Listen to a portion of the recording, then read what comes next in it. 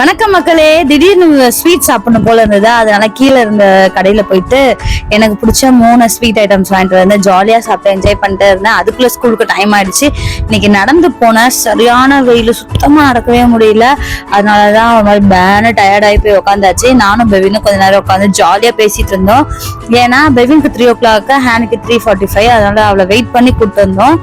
அவளோட கிளாஸ் வந்து பிராக்டிஸ் அவளுக்கு போயிட்டு இருந்தது. அவளை போய் பார்த்துட்டு நானும் பெவினும் வந்து வெயிட் பண்ணிட்டு இருந்தோம். அதுக்குள்ள ஹேனியும் வந்துட்டா. பசங்க கூட உட்கார்ந்து பேசும்போது அது ஒரு விதமான தனி சந்தோஷமா இருக்கும்.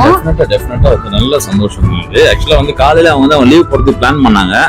நாங்க கொஞ்சம் மிரட்டி அனுப்பிச்சிட்டோம். அதுக்கப்புறம் ஈவினிங் அவளே ரிலைஸ் பண்ணி சொன்னான், சாரிப்பா நான் லீவ் போலாம் தான் பிளான் பண்ணேன், இப்போ வேணா நல்லா இருந்துச்சு நெக்ஸ்ட் ஸ்கூலு, ஓகேப்பா சாரிப்பா அப்படின்னு சொல்லி சொன்னான். ஸோ இட் வில் பி நல்லா இருந்துச்சு. ஆக்சுவலா வந்து அந்த காலையில பாத்தீங்களா அந்த உருண்டைகள் கட்டங்கள்லாம், அதாவது என்னது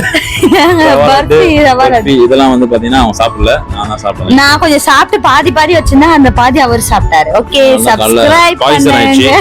பை பை.